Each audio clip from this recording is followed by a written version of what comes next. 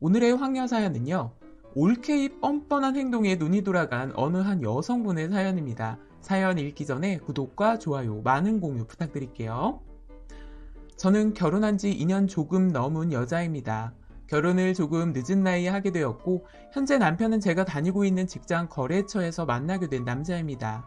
알고 지낸 지 10년 가까이 되었던 사람이었고, 그렇게 인연이 되어 결혼하게 될 줄은 몰랐습니다. 아직 아이는 없으며, 둘 다 합의하에 아이가 생기지 않는다면 그냥 운명이다 생각하고 둘이 행복하게 살자라고 약속했습니다.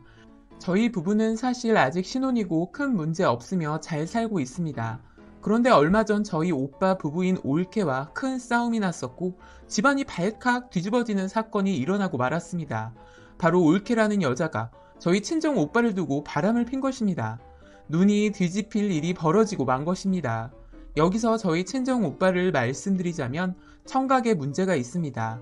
어렸을 때 차 사고 당하고 귀에 문제가 생겨 소리를 잘 못 듣게 되었습니다. 전혀 못 듣는 것은 아니지만 거의 청각을 잃었다고 보시면 됩니다. 어린 시절에 생겨버린 일이라 조금은 힘든 시간을 보냈던 오빠지만 본인이 잘 극복하고 일상생활에 문제가 없을 정도로 본인이 컨트롤하면서 친구들도 많이 사귀고 문제 없이 유년 시절을 보내게 되었습니다. 사람들의 입모양을 보고 보통 대화를 하게 되었고 본인 목소리 크기도 많은 노력 끝에 적당한 크기의 소리도 내면서 말이죠. 당연히 회사에도 들어가게 되었으며 저는 그런 오빠가 대단하고 존경스럽게 느껴졌습니다. 그렇게 보통 사람처럼 살던 오빠가 지금의 올케를 만나게 되었고 결혼도 하고 아이도 하나 낳았습니다. 정상적인 남자가 아닌 오빠의 사정을 다 알면서 결혼을 한 올케가 너무 고맙게 느껴졌고 감사하게 생각하는 마음이 컸습니다. 저뿐만 아니라 저희 가족 모두가 그러했으니까요.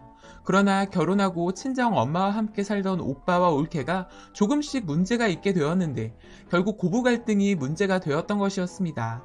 각자의 삶을 살았던 사람들이 한 집에서 마음을 맞춰 살기란 쉬운 일이 아니었겠죠.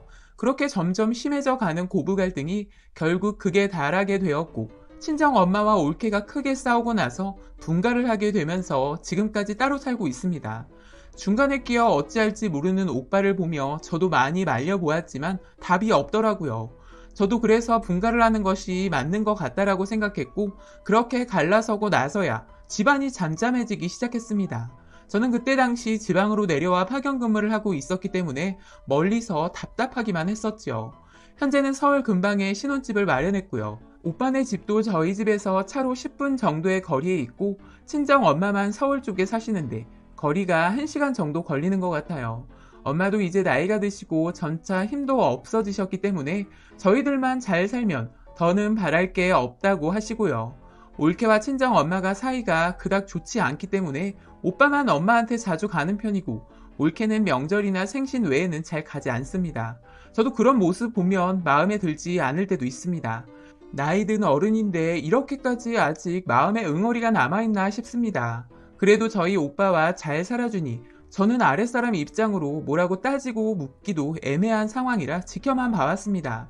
저는 올케와 오빠가 전혀 문제가 없는 줄 알고만 있었습니다. 그런데 몇 개월 전 오빠가 저에게 할 말이 있다면서 연락이 왔더라고요. 아무리 가까이에 살더라도 각자 생활이 있으니 자주 만나지는 못합니다. 그런데 갑자기 연락이 온 오빠가 할 말이 있다고 하니 두 사람에게 무슨 문제가 있나 싶더라고요. 그래서 퇴근하고 오빠가 저희 집으로 왔고 남편과 저는 오빠를 맞이해 주었습니다. 저녁 식사를 마칠 때까지 아무 말이 없던 오빠가 힘들게 말을 꺼내더라고요.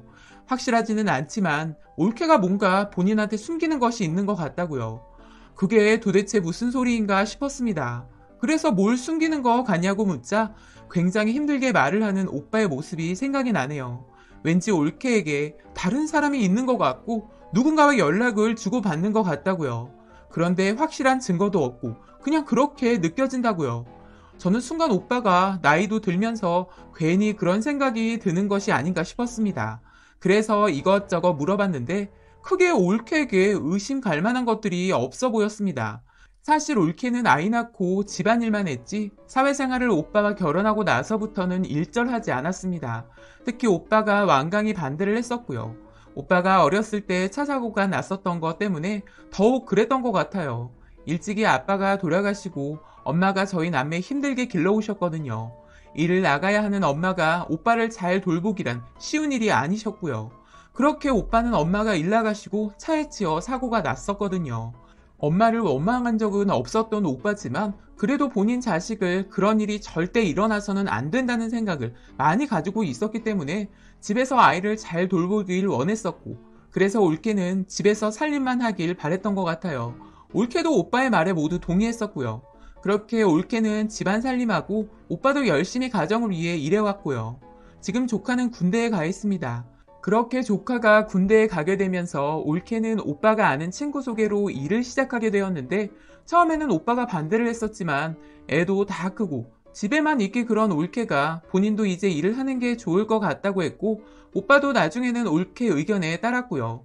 저도 나쁘게 보이지는 않았고 정말 두 사람 다 열심히 살고 있다고 느꼈습니다. 그렇게 올케는 오빠 친구분 소개로 한박집이라는 곳에서 일을 하게 되었고, 그곳은 공사 현장에 자리하고 있으며 그쪽 공사하는 사람 중에 오빠 친구라는 사람도 있었으며 그분의 소개로 올케가 일을 하게 된 것입니다. 그런데 일을 시작하고 나서부터 새벽 일찍 일을 나가게 된 올케였고, 오빠는 아침에 혼자 출근을 하게 된 것입니다. 그렇게 일을 하고부터 올케가 많이 변했다고 하더라고요. 일찍 출근을 하게 되면서 같은 동네 사는 그 친구가 차로 같이 출근을 하게 되었는데, 두 사람이 뭔가 이상하게 거리감이 느껴지고 아침마다 두 사람이 같이 출근을 하게 되니 더 그렇게 느껴졌던 것 같습니다. 그 이야기를 들으니 오빠가 조금 과민 반응을 하는 것이 아닌가 싶더라고요. 그래서 저와 남편이 많이 진정시켜주게 된 것입니다. 오빠가 아마도 올케와 함께 했던 시간들이 많이 있었는데 일 다니면서 많은 것이 변하게 되었고 같이 있는 시간이 줄어들자 더 그렇게 느껴지는 거 아니냐고 하면서요. 그런 오빠를 보니 나이 먹으면 남자는 조금 애처럼 된다는 말이 있는데 오빠도 그런 거 아닌가 싶더라고요. 그렇게 오빠를 집으로 보내놓고 저도 그날 밤 잠이 안 오더라고요. 혹시나 정말 올케가 오빠를 두고 딴 사람이 생겼다면 어떻게 하나 싶기도 했고요. 저희 남편은 오빠 간 뒤로 하는 말이, 형님이 괜한 소리 하시는 분도 아니고 뭔가 직감이라는 게 있으실 텐데 너무 올케만 믿고 이야기한 거 아닌가 싶다고요. 남편이 하는 소리를 들으니 이제는 제가 더 많은 생각에 잠기고 별별 생각이 다 들더라고요. 설마 지금까지 잘 살아왔고 나이도 먹을 만큼 먹었는데 그럴까 싶기도 했고요. 그런데 요즘 세상이 남편 두고 바람 핀다는 이야기들도 많이 듣고 나이 먹었다고 바람을 안 피나 싶기도 하고요. 그렇게 시간은 또 흘러갔습니다.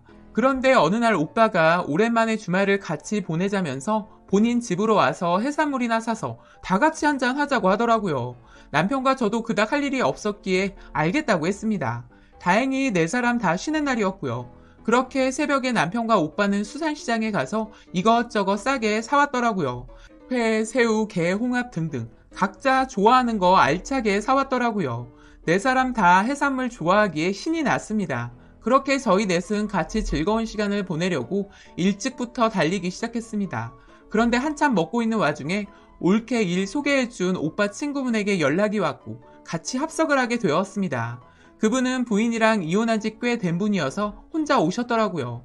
오빠와 알고 지낸 지는 10년 가까이 된 사람이고요. 나이에 비해 젊어 보였고 매너도 좋고 말도 청산 유수처럼 잘하더라고요. 다들 술을 좋아하기 때문에 계속해서 마시고 먹고 즐거운 시간을 보냈습니다. 전에 오빠가 한 말들이 있기 때문에 저는 조금 긴장도 되었고 유심히 지켜보았지만 전혀 이상한 기운이 느껴지지 않았고 오빠와 올케도 전혀 문제없이 보였고요. 서로 다정하게 횟감도 싸주면서 부부 사이에 전혀 문제없어 보였습니다. 그렇게 술을 마시다 보니 해가 지고 다들 술이 취할 정도로 많이 먹게 되었습니다. 그렇게 집에 갈 시간이 다가왔고 저희는 집에 가려는데 오빠가 그냥 자고 가라고 하더라고요. 남편과 저는 아침에 숙취했는데 집이 아닌 다른 곳에 있으면 너무 불편하기도 하고 다음날 올케도 우리 있으면 신경 써야 하니 힘들 것 같아 저희는 대리를 불러 간다고 했습니다. 그렇게 대충 치우고 저와 남편은 차로 가서 대리기사를 기다리고 있었습니다. 그런데 그렇게 남편과 저는 대리기사를 불러놓고 너무 일찍부터 움직이고 마셨더니 그렇게 오빠네 집 지하주차장 차 안에서 골아 떨어지고 말았습니다. 한참을 자고 일어나니 차 안이더라고요. 너무 놀라 핸드폰을 보니 대리기사에게 여러 번 전화가 왔었는데 진동으로 되어 있어 받지도 못했었고요. 너무 놀라 남편을 흔들어 깨웠고 남편도 놀라며 깼습니다. 시간을 보니 새벽 3시 정도가 되었더라고요. 잠에서 깨니 급하게 화장실이 가고 싶었고 아직 술이 덜 깬 저희는 운전을 할 수 없었습니다. 저는 너무 급한 나머지 오빠네 집에 가서 볼 일만 보고 금방 내려온다고 했습니다. 제가 기억력이 워낙 좋기도 하고 번호를 잘 외우는 사람이라 오빠네 집 공동현관과 현관 비번 모두 알았거든요. 그렇게 올케와 오빠 깨지 않게 잠깐 들어가 볼 일만 보고 나오려고 남편은 차에서 기다리라고 하고 저만 올라갔습니다.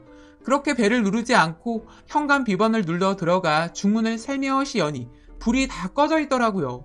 그렇게 집 안으로 들어가는데 뭔가 인기척이 들렸습니다. 너무 고요한 집 안에서 들리는 헐떡이는 소리가 제 귀에는 아주 선명하게 들리기 시작했고요.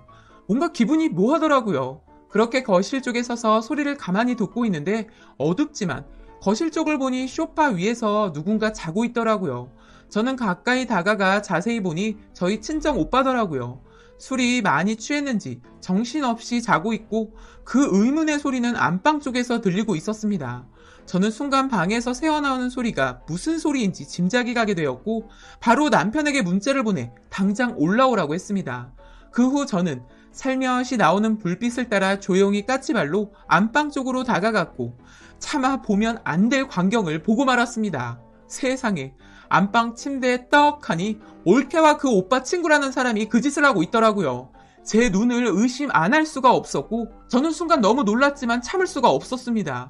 그 잠깐 사이 오빠가 했던 말들과 잠시나마 제가 했던 의심들, 모든 것들이 머리를 스치며 저는 방문을 벌컥 열고 안방 형광등을 켰습니다. 두 사람은 너무 놀랐고 그 남자 새끼는 지호 찾아 입느라 정신이 없더라고요. 저는 불 켜자마자 동영상을 켜고 두 사람 얼굴을 찍기 시작했습니다. 비틀거리며 옷을 챙겨 입기 바쁜 그 새끼랑 올케녕 가리고 있는 이불을 잡아당기며 모두 찍어댔습니다. 그 사이 남편이 벨을 눌러 저는 문을 열어주러 거실로 나왔고 오빠를 흔들어 깨웠습니다. 곧바로 다시 안방으로 가니 올케가 주섬주섬 옷을 챙겨 입길래 머리채를 잡아 당겼습니다. 이 더러운 년이 집에서 이러고 싶냐? 너가 감히 우리 오빠가 있는 이 집에서 딴 남자랑 이러고도 사람냐냐? 너 내가 가만히 안 둘 거니까 오늘 죽도록 맞아봐 이년아! 라고 하며 올케년 주먹으로 치고 발로 차고 아주 난리가 났고 그 사이 그 남자 새끼는 총알처럼 집안을 빠져나갔고 오빠와 남편이 방으로 들어왔습니다. 처참해 보이는 올케년은 아무 말도 못하고 저는 너무 화가 나 술이 다 깨더라고요. 오빠는 어리둥절해 있었지만 지금 상황이 어떠한 상황인지 대충 파악하는 것 같았고 남편은 저를 말리며 일단 진정하라고 하더라고요.